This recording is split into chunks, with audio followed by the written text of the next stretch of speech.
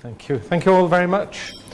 So in this first session, I really just wanted to set the scene for the context of food safety control in the international context of World Trade Organization, Sanitary and Phytosanitary Agreement, and to talk a little bit about international standards and how they filter down and affect national legislation and the work of inspectors, generally in the field of food safety.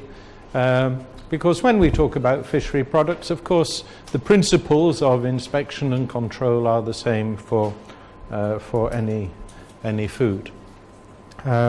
So why do we regulate food safety? Well, we have to think about, of course, we're trying to make sure, we have to bear in mind that when we're regulating food safety, it's not the only way in which we can make sure that food is safe. Other ways of ensuring it are by encouraging food business operators to adopt internal control systems, through training of food handlers, giving advice to consumers. Sometimes it's not always possible to make sure that food is always safe all of the time and for all consumers. So, for example, if we're talking about heavy metals in fishery products, yes, we have limits, but heavy metals are unsafe at any amount. And of course, it depends on the quantities which people are consuming. So you may give advice to consumers.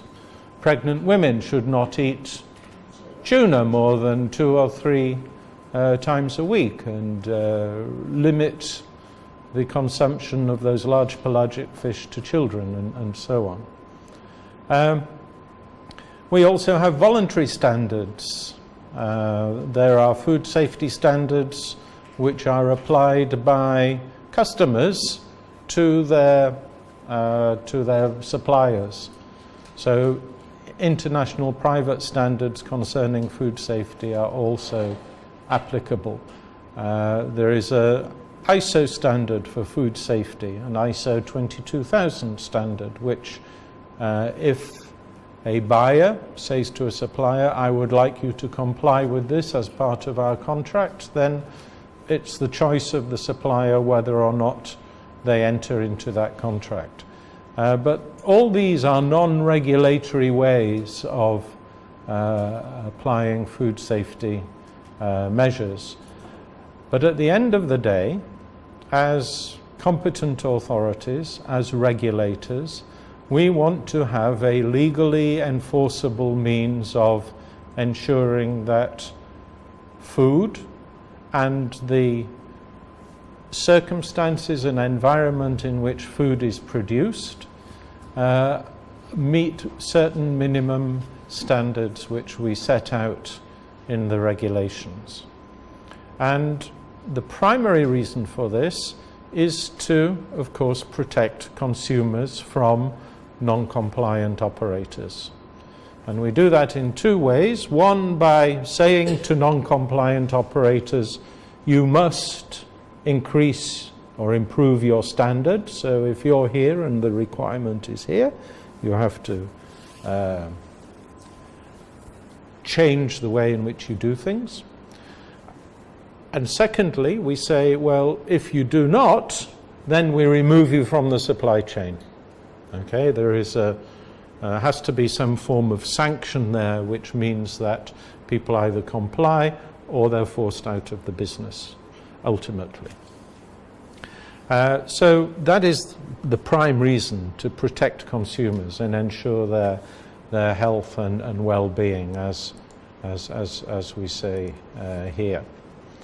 But there is an economic aspect to this as well. The economic aspect works in different ways. Firstly, of course, if people become ill as a result of non-compliance, then there are economic losses because they're not working for a start, so you're losing their productive contribution, but also they're putting a cost on your health services as well, so there are direct impacts on the economic aspects. And secondly, and this is really rather important, is if you have non-compliant operators, they will undermine investment by compliant operators in the following way. Anyone who is operating without complying with food safety requirements, usually because there is a certain cost involved in compliance. You have to have stainless steel tables, you have to have a HACCP system, you have to train your staff, you have to have hand washing facilities, you have to put in hot water. All these things cost money. If one person does that and somebody does not do it, and the person who does not do it is allowed to continue operating, well, the person who has spent all that money will say, well, why do I bother? Why should I bother? So, in fact, they won't do it in the first place. So when you don't have that effective compliance control, everything stays at the lowest common denominator. Nobody will invest in improved safety and quality because what's the point? Why should I increase my costs, reduce my profit, if somebody else is allowed to operate without those requirements? So ultimately, when we're talking about the food business, and the food business is a very important business globally, all of agriculture, most of the fishery sector is linked into the global food business. If we don't have these standards enforced, we can actually restrict the level of economic activity by limiting investment. So there's a very strong economic argument for having food safety controls applied.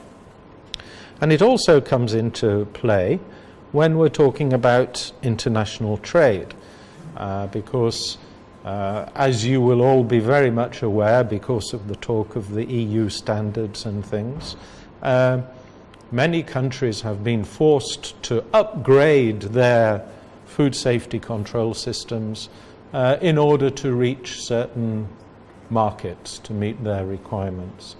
And if you don't meet those requirements, you don't get into the market. So as a kind of table stakes, what you have to do just to get your product across that border, you need to have some food safety controls.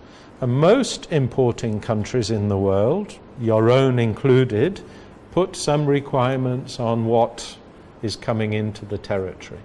And if the product doesn't comply, then it doesn't get in. So these are some of the key reasons why we regulate food safety. And because it is such a common form of regulating agricultural food trade, over years people came to realize that sometimes this is used as a way of protecting your own industry. So that it's very easy to say, oh well, we can't accept any fishery products from Vietnam, for example, because we're concerned about some food safety problems. But when in fact that might not be entirely justifiable. And to stop countries using these sanitary regulations as a means of preventing competition with their own domestic sectors, the WTO became involved in sanitary and phytosanitary measures. The World Trade Organization, the WTO, its main function is to set and enforce international trade rules, to create a forum for negotiating on matters of trade and sorting out trade disputes and so on. So this was the international institution, and within the framework of the WTO, a number of important agreements have been made during the 1990s. Under the framework of the General Agreement on Tariffs and Trade, which are known as the Uruguay Round of Trade Talks, there was an agreement between all the WTO members that governments should be allowed to put trade measures to protect human, animal or plant life or health, providing they do not discriminate or use this as disguised protectionism. So that was a general principle, and this was followed in short order by two further agreements which dealt specifically with technical regulations and how technical regulations can apply to trade. One is what we call the TBT, Technical Barriers to Trade Agreement, which recognized formally members' rights to implement measures to achieve legitimate policy objectives for protection of health of humans and the environment and animals and plants and so on. And that applies to all industrial and agricultural products, except insofar as the SPS agreement is applied, which is the second of these two important agreements. And the SPS agreement, the sanitary and phytosanitary agreement, was passed specifically to deal with matters of food safety, animal health, and plant health. These were considered to be a special case. And they're a special case because they deal with essentially biological variables concerning these products. So you can imagine if you're producing an item like this, a glass, as a result of an industrial process, you can standardize this in a very regular way. You can control the raw materials, you can control the process, you can control the conditions, the dimensions of this can all be specified with various tolerances. And these things can be defined in a very technical way. When it comes to food or agricultural products, these are all products of biological origin, and they're therefore subject to an immense variability. When it comes to fish, for example, how many species of fish do we consume as humans? Thousands of different species of fish are consumed. The same species caught in one part of the world might have different characteristics to the same species caught in another part of the world, because it may be feeding differently. It's grown in different temperatures. It has a different environment. Similarly, with all other agricultural products, there may be a change in climate which somehow impacts on the characteristics which alter its food safety, the food safety characteristics of the product. Similarly, if we're talking about what happens post-harvest with contamination, well, bacteria, flora are different in different parts of the world. So in order to control these things, you have to have a different set of concepts to the ones you would use to specify something like a product of an industrial process, like a glass. So that's why we have a separate SPS agreement which deals with the food safety, animal and plant health measures, which are considered to be a special case. And there's a very good website. The WTO has all of this background information about the SPS agreement on its website, and you can read a lot about it there. So I would encourage you, if you're not familiar with the SPS agreement, at least to read up somewhat about it. that the SPS Agreement defines a sanitary and phytosanitary measure, a regulation if you like, as any measure which protects human or animal life from risks from various contaminants, toxins, disease-causing organisms. Measures applied to protect human life from plant or animal-carried diseases. Measures applied to protect animals or plants from pests, diseases, etc. And to prevent or limit other damage to a country from the entry or establishment or spread of pests. So you can see what we're doing with SPS measures. We're protecting humans, human health from hazards which may be presented to them by the food supply. We're also protecting animals and plants.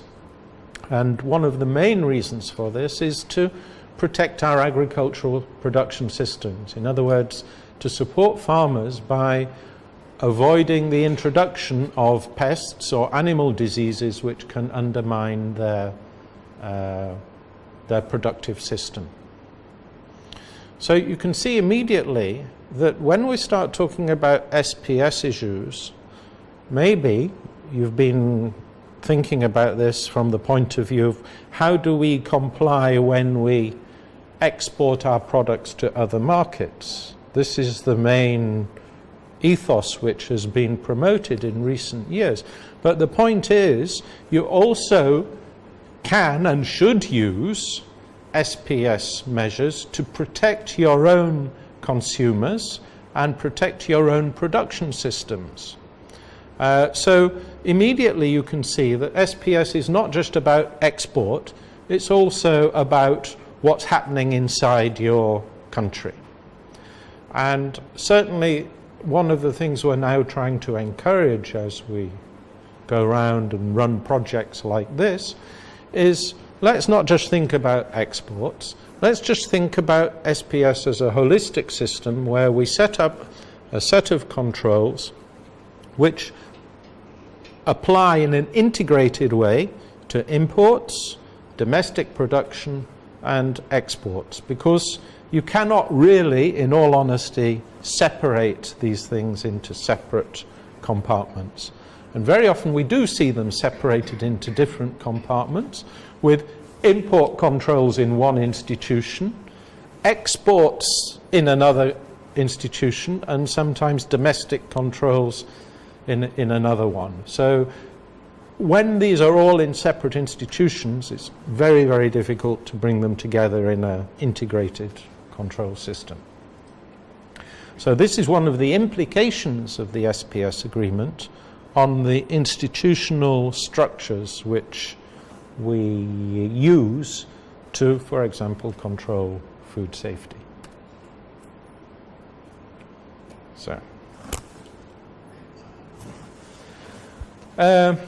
So some other features of the SPS agreement.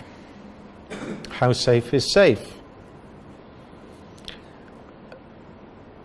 On one level, we can say there is no such thing as safe food from the point of view of having zero risk of all hazards being eliminated from our supply chain. This is not the objective of a food safety system. We seek to manage risks rather than eliminate risks. That's why when we talk about a risk-based approach, and we will talk about risk-based approaches in this course, we talk about this process of risk analysis, which has three components of risk assessment, risk communication, and risk management. And so, as food safety managers, one of the things we have to think about is what is the appropriate level of safety which we want to apply. And the SPS agreement allows countries to determine as their sovereign right, the appropriate level of safety to which they wish to protect their consumers, their people. But what it does say is you cannot discriminate. So if you set a requirement for imports, it has to be applied to your own production as well. So you can't have a very high requirement for imports and then let your own domestic producers get away with non-compliance. So non-discriminatory measures, which should also only be applied to the extent necessary to achieve the aim which you're seeking to achieve. So that you achieve that aim, but no more. There should be no more restrictive to trade than is required to achieve the objective. Then you can apply higher standards if there's a justification, a scientific justification. Science has a particular role in the SPS agreement when it comes to setting standards. I'll talk about that on the next slide. And generally, we can use international standards set by international standard setting bodies, but if we choose to put higher requirements, then we have to justify it on the basis of science. So these are what the SPS agreement, this is what the SPS agreement says about science. Measures which we introduce should have sufficient scientific evidence. In other words, there must be some linking of cause and effect. So if you're going to put a regulation which says we are going to limit this substance, the presence of this substance in this product, then you have to have some evidence to say that that substance has some negative health impact. We're allowed to put provisional measures where scientific evidence is insufficient. So this precautionary principle. This was used extensively in the international scandal with regard to melamine in dairy products, which were produced by China. And you may have heard about this a few years ago, where milk powders, baby foods ended up with melamine contamination in them. Placed there intentionally, I should say, to increase the apparent protein content of the product. Most countries at that point didn't have any regulations about how much melamine there should be in a product, because it's not something that was ever regulated. It was a new thing that was discovered. But you could put a ban on the import of milk powders from China based on this precautionary principle, which many people did until they worked out which parts were safe, which parts were not safe, and how to proceed from there. The SPS agreement also requires risk assessment. You have to apply measures based on an assessment of the risks. So this is the first time we see in international agreements this introduction of the concept of risk. And what it does say as well is that where a measure which you apply conforms with an international standard, guideline or recommendation set by a relevant international organization, this shall be presumed to be consistent with the agreement. In other words, if you use one of these international standards as the basis for your regulations, then nobody can challenge you as being out of line with the SPS agreement. This is very important because this is where codex standards come in, because these relevant international organizations are defined in the SPS agreement. There are 3 of them. one for each area of SPS. So we have Codex Alimentarius, concerned with food safety. We have the World Animal Health Organization, known as the OIE, which is concerned with animal health.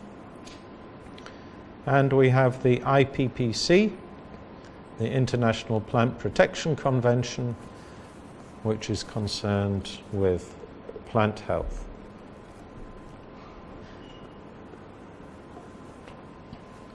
So these organizations are mandated by the SPS Agreement as standard-setting organizations. So you can see what goes into the standards is very important, because if something goes into the standard, it means anyone can use it as part of their import and national regulatory food safety regime.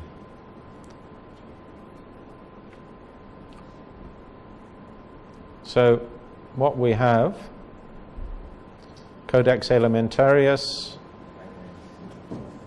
which I'm sure everybody has heard of, is a joint organization set up by the World Health Organization and the Food and Agriculture Organization. They have some 340 standards which they have adopted. These are all on the internet, and they cover a wide range of different food-related issues, mostly related to food safety, but not exclusively. Some are quality-related, some are nutritional, but most of them are food safety-related. And they address issues such as product standards. In other words, if you want to know what the Codex standard for mercury in tuna is, you can actually look that up. They have a requirement for things like heavy metals or other contaminants. They also have codes of practice which govern what people do, and they have codes of practice in two areas for different sectors of the food industry, such as processing of fish, for example, handling of fish. They have a code of practice for. But they also have codes which relate to controls. So these are directed at competent authorities. How to issue and manage the issue of certification. How to communicate between competent authorities in different countries. How to establish a food safety control system. What are the models which can be adopted? So within these 343, I think there are now, different codex documents, you can more or less find out everything you need to know to be able to set up an effective food safety control regime in general terms. And if you follow these guidelines and codes of practice, nobody is then going to challenge you in the World Trade Organization and say, hey, this is wrong, it discriminates against us unfairly, because you have the SPS agreement which says we have designed our control systems to be in line with Codex, and therefore it must be assumed to be compliant with the SPS agreement. Providing, of course, that your country is a WTO member. I think most of your countries are WTO members. Sometimes we run training courses and some of the people are not are from countries which are not WTO members, in which case they could be subject to challenge even if they are using a Codex standard, because they don't have the protection of the SPS Agreement. So it's worth mentioning technical barriers to trade because sometimes there is an apparent overlap between SPS measures and TBT measures because of the way in which institutions may be designed to address the different kinds of measure. The TBT agreement, Technical Barriers to Trade Agreement, covers all technical regulations except where they are sanitary or phytosanitary measures, in other words, concerned with food safety, animal health or plant health. So it can apply to any product, including food and agricultural products, where the requirement is not related to food safety, animal health or plant health. So what this means is we have to think about the purpose of a particular measure to be able to determine whether it's a TBT measure or an SPS measure. It's not the product which determines the applicability of the International Trade Agreement, it is the purpose of the measure. So I think the easiest way to explain this is with an example. So here we have a product, frozen tilapia fillets, and there are different measures which you might apply to that product. So if we pass a regulation which says the fillets in this bag of tilapia fillets here must be graded according to their size and quality, and we have to put a ticket on the bag saying this is extra or grade A, grade B, grade C. Well, the purpose of this is to inform buyers and consumers of the quality, to allow price transparency and so on. This doesn't say anything about food safety conditions. It might talk about quality, but not food safety. It's all fit for human consumption. And therefore, that regulation would be a TBT regulation. Okay? If we want to control the plasticizers in the polythene packaging, because these can migrate into the food, and we know that some plasticizers are harmful to human health, we want to prevent that by making sure that the only permitted plasticizers are used. This is an SPS measure. Okay? Similarly, if we say products which you send to our country must be processed subject to HACCP requirements, this again is to make sure the product is safe, has to be SPS, it would fall within the SPS agreement. Labeling with country of origin and region of origin, whether it's wild caught tilapia or farmed tilapia. This is to allow people to assess quality or allow transparency in terms of origin. Would normally be an SPS, a TBT measure, but there could be some aspects of this which go to sanitary controls, because we sometimes, in the case, say, of the EU, only certain countries are authorized to supply certain products. So there are aspects of labeling which could be related to SPS. Can you think of another aspect of labeling which might be related to SPS, to food safety? Allergens, yes, exactly. Sometimes we say if this product contains an allergenic substance, fishery products, dairy products, nuts, etc., these things should be labelled. Many countries now have introduced mandatory allergen labelling on their food, so you must indicate if it contains any traces any amount, even traces of one of these certain classes of food, to the extent that if it is even processed in the same establishment where an allergenic product is also processed, you should indicate that on the packaging. Veterinary medicines, again, to protect human health, so that would be an SPS measures. So the point is here, you can have one product with several different measures, some of which are TBT, some of which are SPS measures. So Codex, as we say, some measures relate to SPS, some relate to TBT measures.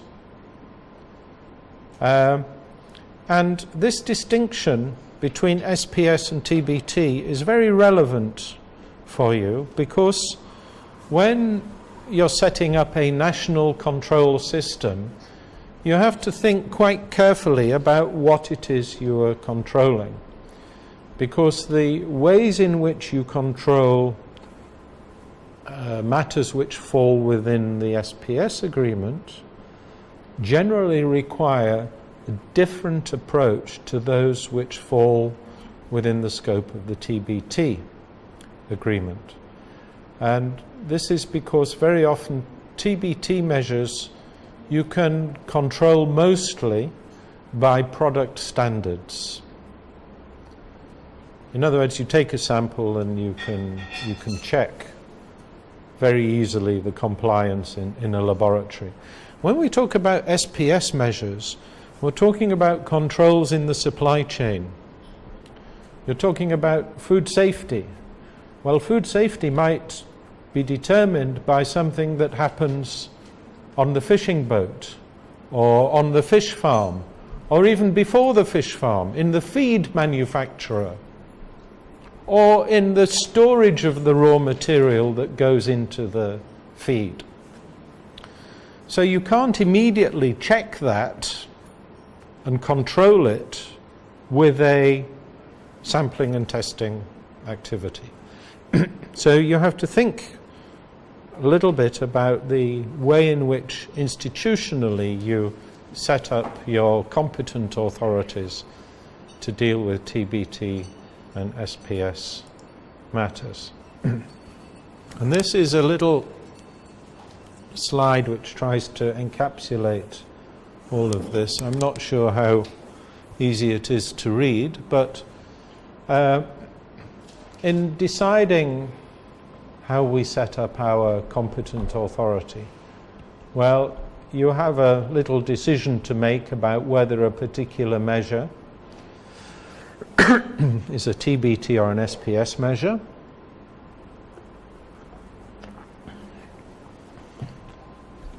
In other words, does it concern human life, animal life, plant life, and so on? And if it is, then it is an SPS measure. Well, in terms of our national markets, generally we find that issues such as animal health and plant health, from an institutional point of view, it's very easy to say which ministry should be responsible. Agriculture. These things are concerned with what goes on the farm. As we've seen here, we have a number of fisheries departments represented, or fisheries institutions under ministries of agriculture, but not exclusively. In some places, the Ministry of Health is concerned. In others, we find standards boards are concerned. So food safety, when it comes to saying, well, where is the home of food safety in our government, very often we find it's divided up somewhat. And it can be divided up in different ways in different countries. And when it comes to dealing with SPS as an entity, yes, it's very easy to deal with that in terms of animal health and plant health because it's a single institution. But when it comes to food safety, very often we find that we're dealing with interministerial coordination on the level of the government. And these may be divided up in different ways. As we've seen here, we have some people responsible for food safety of fishery products. It means elsewhere in your government there's someone else responsible for food safety of other products of animal origin. Someone else might be responsible for products of plant origin. So you might find that things are divided up by the kind of nature of the material, very typically. Okay, it can work, but it needs some kind of coordination mechanism because at a certain level these systems need to be integrated because ultimately, for example, if you're dealing with aquaculture, well, aquaculture has some animal health issues to be managed, it has veterinary medicines to be managed, as well as the food safety aspects of the quality of the water and the post-harvest handling and so on. So there has to be then some kind of coordination mechanism. And we find that particularly at the interface of food safety with animal health, where you have issues such as veterinary medicines, or it's not so much a matter for the fishery sector, but if you're dealing with animal health of mammals, many food animal diseases are transmissible to humans. So we have things like tuberculosis, brucellosis, for example. So that's why we have meat inspection, to actually control the animal health, but also to protect consumers. So there's an interface there between food safety and animal health. In the same way, we find an interface between food safety and plant health when it comes to the issue of pesticides. What pesticides are permitted? What are not permitted? If they are permitted, how much can you use? What are the levels in the final product? Similarly, plant health has issues or is concerned to an extent with aflatoxins around the late stages of growth and harvesting of plants. There is a risk of aflatoxins. These various microscopic molds can start to grow. They produce carcinogens. The material is subsequently used in animal feeds, including fish feeds, and then you can end up with traces of aflatoxins in the final food animal, whether it's meat, fish, milk, and so on. So these things are all linked up, you see, and it becomes very difficult to say, yeah, we deal with fish and that's our job, and nothing else in the system has any effect on our control. Well, that's wrong. It does have an effect because these things are linked. So we need to move towards integration of food safety systems. And so this is where we have here this concept which is now becoming more prevalent of food safety authorities, national food safety authorities, to be able to take this overall coordination vision. And it's something maybe that we can talk about on Friday when we have a discussion about some of the strategic aspects of development of food safety systems for fishery products, because if we're talking about developing a food safety system for fishery products and strengthening it in the future, my view is that you cannot do that in isolation anymore. We have to start looking at how these things fit into other areas. Globally, something like 50% of our fish that we are now consuming, 45 to 50% comes from aquaculture. Right? So this means the method of production is changing. We are now, of course, when it comes to aquaculture, we're having to be even more integrated with these systems. So that would deal with the SPS measures. Let's not forget then, if something isn't an SPS measure, it's a TBT measure. We're interested in labelling, some of the technical standards, and here we can have another approach perhaps. It doesn't have to be integrated with our food safety or other SPS controls. It can be, but it doesn't have to be. Very often we find that the Ministry of Trade or a standards body has some import or export certification function where they can deal with the non-safety aspects of foods and deal with non-food controls. I mean, we're also interested in non-food products. Drugs we put on one side for now. I know that in some countries there are food and drugs controlled within the same institutional framework, fine. But other non-food products, cosmetics, toys, electrical goods, have safety aspects in terms of their design and standards which apply to them, which of course have to be checked and have to be regulated. So you need another institution perhaps to do those things. So all of this is to say we're working in this area. Everybody's working to try to rationalize the institutional framework for the way in which we put these controls together, and I'm introducing this to you so that when we're thinking in future of developing and strengthening capacities for these controls, it's not just about the technical capacity to go in and do an inspection for food safety in an establishment. It's also about the capacity and the way in which the capacity of the whole institutional system is developed.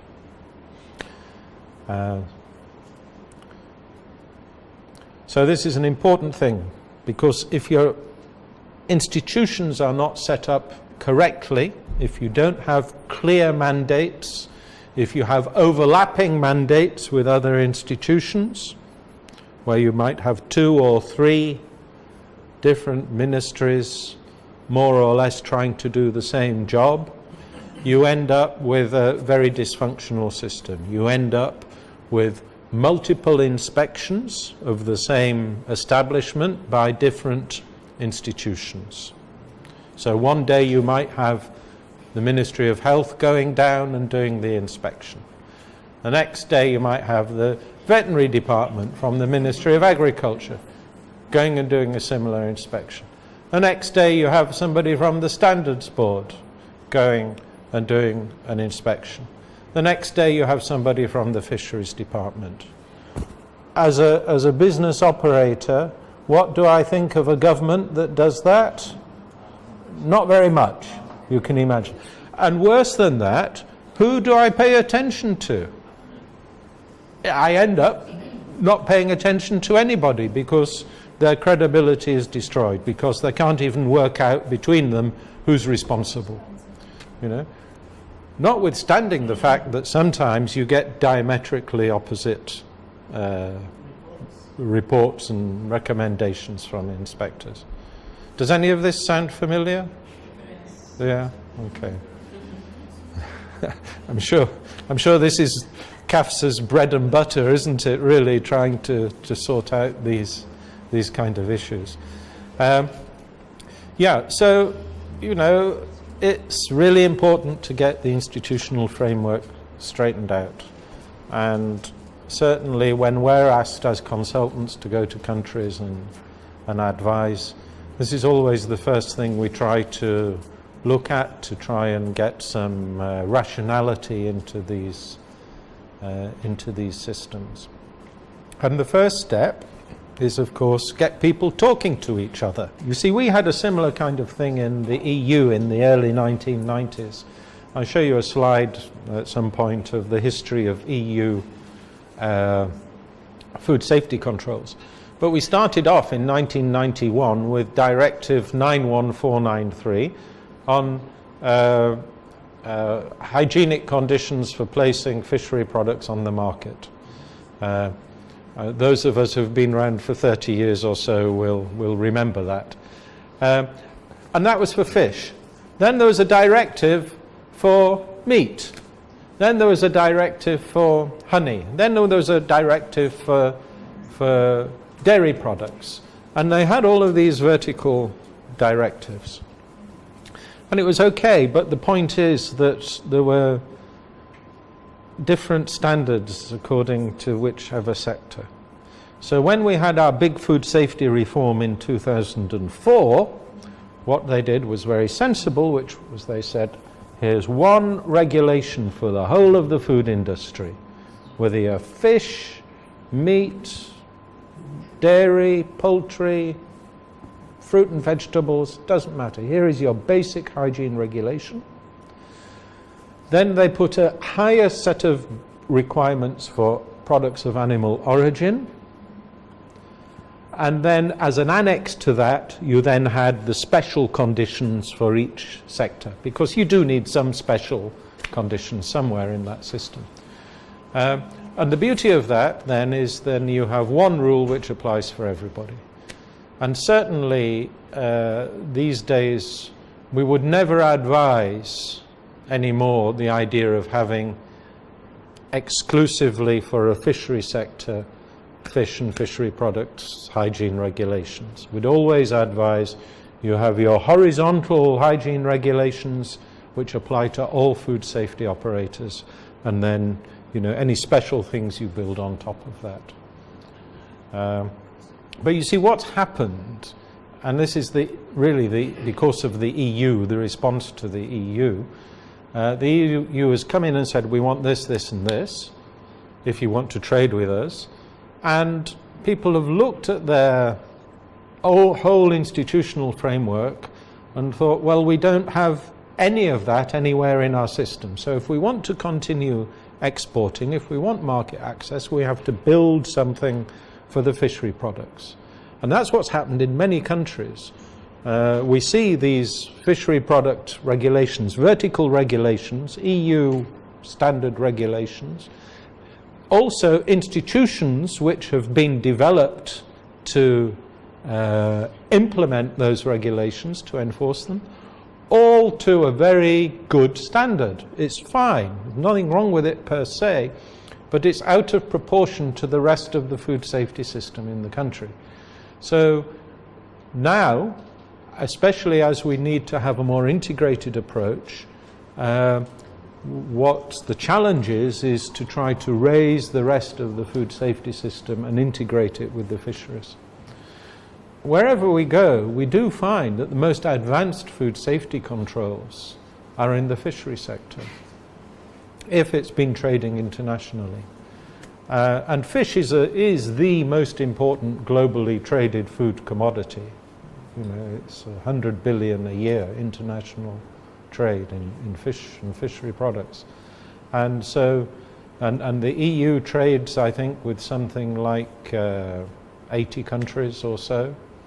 So it is a very integrated business.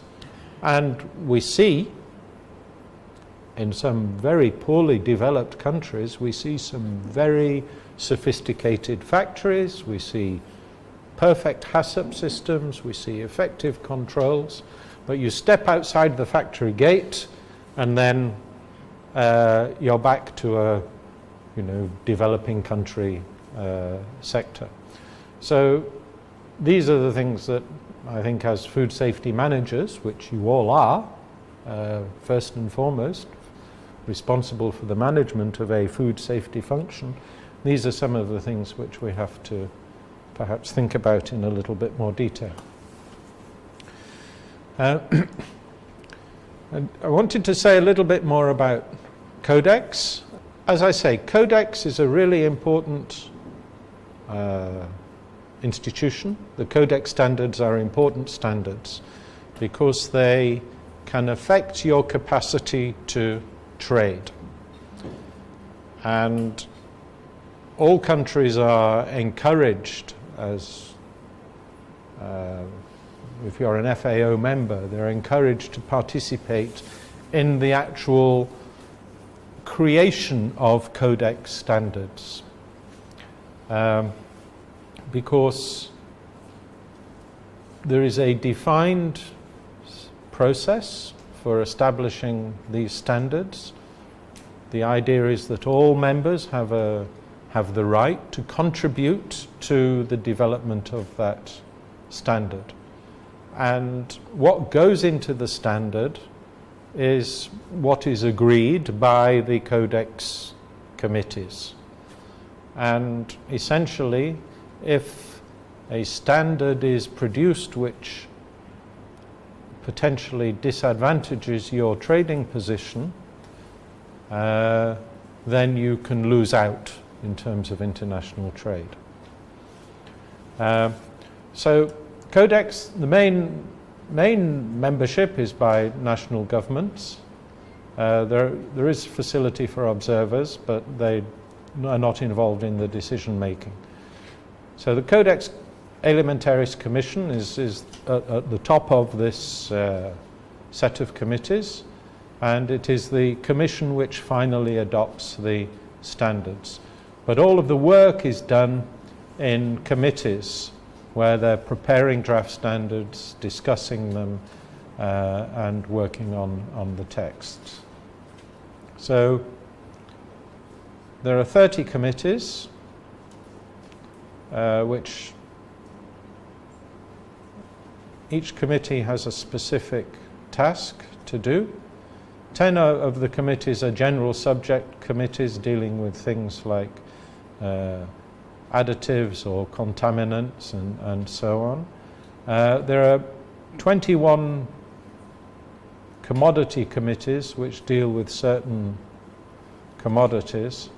In fact, the Codex Committee on Fish and Fishery Products, which has been very active over the years, had its last meeting in 2015. And it's now gone to a virtual meeting, but in fact most of the work in future which will be done on fishery products will be done elsewhere in the committee. So more or less it's coming to an end. And then you have one or two regional coordinating committees. So there is a regional committee for Latin America and the Caribbean, which is also active.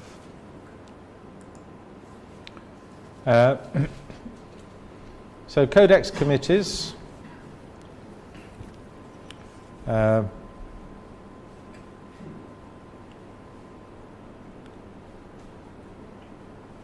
Well, the Executive Committee of the CAC has 6 elected members from each of the geographical regions. But as I say, most of the work is done in the expert technical committees. Examples might be Expert Committee on Food Additives, pesticide residues, microbiology. These advise the member states with regard to the science. So these expert technical committees are comprised of scientific experts from different institutions in member states. And they will deal with things like additives, residues, and microbiology. And then at the national level, members are required to or invited to establish a Codex contact point and a National Codex Committee. Now, the contact point should be able to give information about the regulations in place in that country. It should also be able to coordinate the National Codex Committee. And having an active national codex framework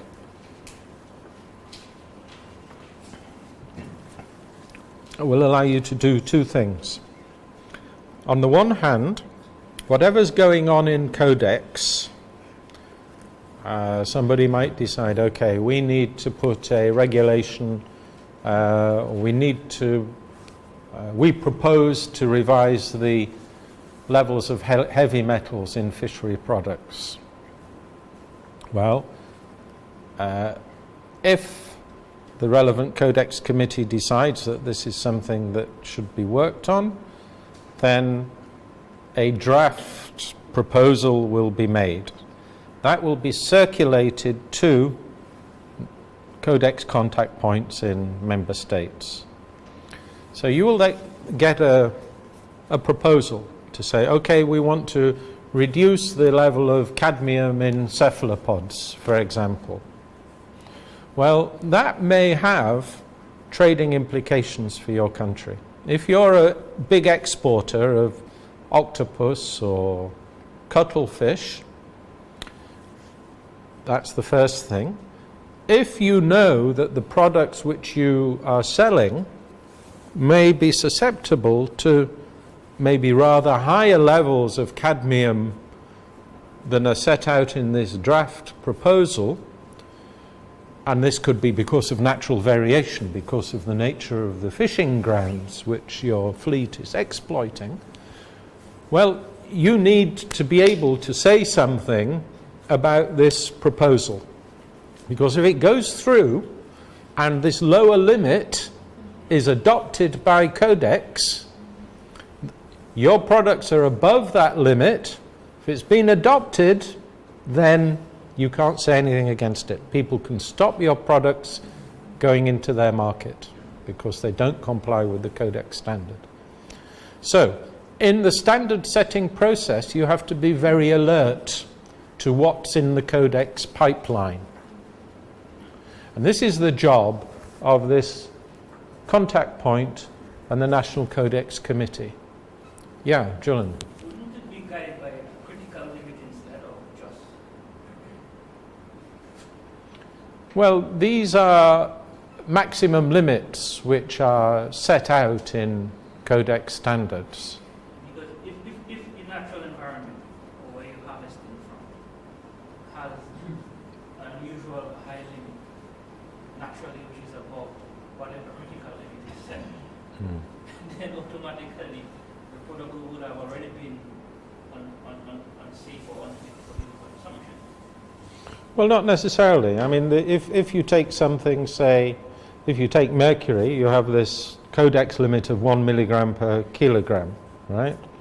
Suppose and your product complies, mostly. You can say, suppose you know from your own monitoring that 99% of the products which you harvest are below that limit. However, suppose there's a proposal to reduce it to 0.5. Well, this might exclude 25% of your products if that limit was so reduced. So this is why you have to be alert to proposals to either introduce new parameters, right, or for changes in existing parameters. And that's the job of the contact point and the National Committee, to be alert to everything that's going on in Codex and say, oh, this proposal is of strategic interest to our fishery sector or to our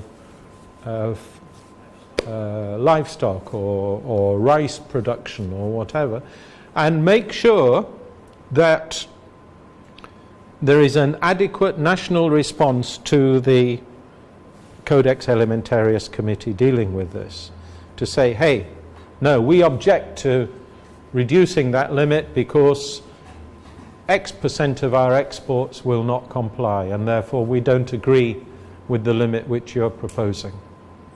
And if you don't do that, and the standards are set without your interests being taken into account, you lose out on international trade. So that's a very important role of these Codex committees, and one reason why you should be integrated. And certainly a part of the work that Codex does is concerning fishery products, and if your fisheries department, which is involved in food safety of fishery products, then one of the jobs that you should be doing is knocking on the door of your national Codex point and making sure that you are involved in that network, because otherwise these decisions can be made without your contribution. So what relationship does the Bureau of Standards have to do with the National Codex Committee? Well, very often the Codex Committee is located in a Bureau of Standards. Yeah? Not always, and it doesn't have to be. It's a sovereign decision as to where your Codex Committee is located. But one of the problems I think that often we come across is that, and this is where you get dysfunctions in the institutional framework, is you get the Codex Committee is in the Bureau of Standards and the rest of the food safety system is somewhere else in government. And these two things don't integrate very well. And that's one of the issues you often have to try and resolve as you're moving forward. I think what happened was, because they call these things standards, when government's thinking, oh, where do we put this? Oh, well, give it to the standards institution. Irrespective of whether that standards institution has a role in food safety regulation or not. And it can be a problem. It doesn't have to be.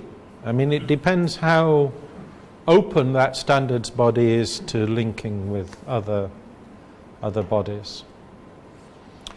And then there's a second role, a related role of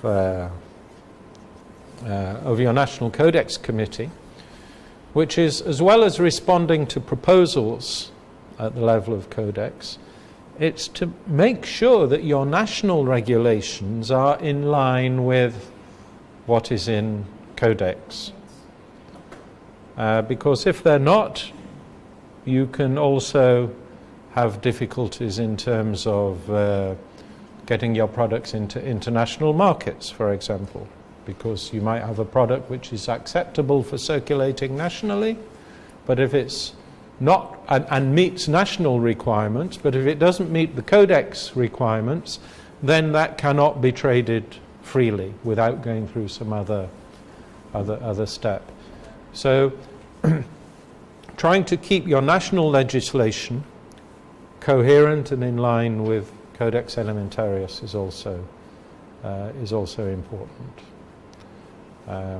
So this is the work of the National Codex Committee, and if your own department is not currently engaged actively in Codex matters, then we would certainly encourage you to do so in future.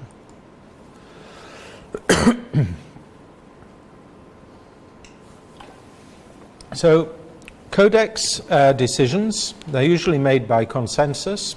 Where possible in these Codex committees, they like to have everybody in agreement, to the extent that when it comes to things like maximum limits, these will often be negotiated to a level which is satisfactory to all parties. And this afternoon we'll do a little case study. It's in your folder. we'll do a little case study on standard setting, which illustrates, I think, quite nicely some of the principles by which these kinds of decisions are made.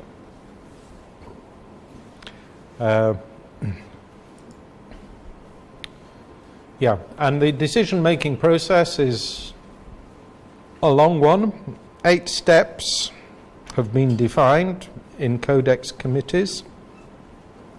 These things never happen quickly. There's a lot of backwards and forwards between Codex committee and states and national Codex committees and consultations and revisions and so on. And typically a Codex standard will take several years from start to finish. And it can be stopped at any point because, for example, data may not be available. The toxicological data may not be available to allow a standard to be set for a contaminant because we don't understand the dose-response relationship. How much do you have to consume to have a certain physiological effect on your body? So if that data is not available, then maybe studies have to be undertaken. You may have to do studies to try and understand the level of presence of a particular material in the supply chain. Very often we don't have the data to say, well, which species are these contaminants in? What is the frequency of different levels, and so on. So quite often the process is held up pending research. However, there can be an accelerated procedure in certain conditions. So a very important publication for us in our sector is the Code of Practice for Fish and Fishery Products. It was updated up to 2011. There are a number of amendments which are still in the process for this, concerning 1 or 2 aspects of food safety of fishery products. And this is again a document which is worth reading and understanding. It covers many of the key features of controls of fish and fishery products, and it's one of the things, of course, which we consulted in the design of these manuals. Wasn't the only source, but it was a very important source. So please do have a look at this at some point as well. It should be on the bookshelf of every fish inspector, and to understand both the general requirements and also the specific requirements. It covers basic hygiene, handling conditions. It requires HACCP to be in place, and then it deals with certain specific food safety characteristics of certain specific products. Aquaculture, bivalve mollusks, of course, as filter feeders, these are can be regarded as high-risk products. Processing of fresh, frozen and minced fish, processing of surimi, coated fishery products, salted and dried, smoked fish, and then certain products, lobsters, crabs, shrimps, cephalopods, canned fish, processing, and then some aspects of distribution. So it covers a wide range of products and different levels of the supply chain. These are some of the examples of other Codex standards which are available. So things like sensory evaluation of fish and shellfish in laboratories, model certificates, code of practice, well, we just saw that one, standards for quick frozen fish, standards for canned fish, range of different product standards here. So codes of practice deal with the actual process, standards deal with what are the characteristics of the final product. So all of these are on the internet. You can search for them on the Codex website and consult them as required. Another document which we find very useful, it's not actually a Codex standard, it's a joint I think it's joint guidelines. It's called Guidelines for National Food Control Standard Food Control Systems. Yes, sorry, it is a Codex guideline, which deals with some of these institutional aspects. How to build your food safety control system.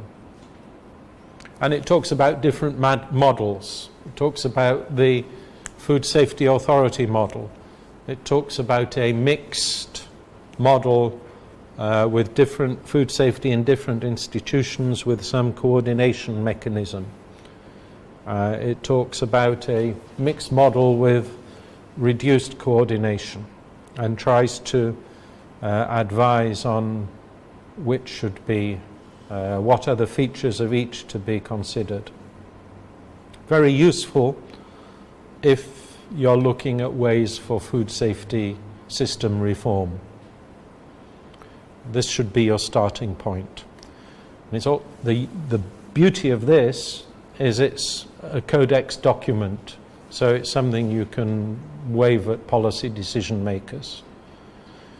The problem with all of this, of course, is our political masters, our policy makers, our ministers, our permanent secretaries understand very little of these kind of issues.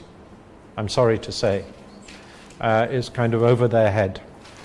And they tend to deal with these things in a very simplistic way and do not appreciate the nuances and this link between the science and the institution, which you need to be able to manage, to be able to effectively operate a food safety system. And yeah, I mean, I speak to a lot of ministers and people at that level, and you try to explain these things, and after 5 minutes they're kind of looking into space, and you realize you've lost them. And in any case, 6 months later, there's another person behind that desk anyhow. So, you know, it's very difficult to get these kind of reforms implemented.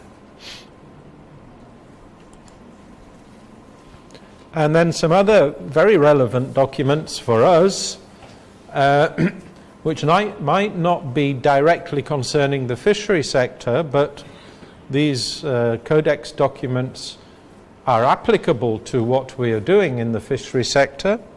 Principles for food import and export inspection and certification.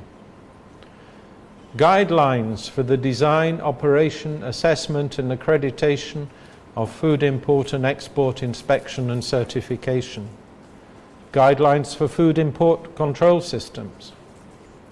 And guidelines for the exchange of information between countries on rejections.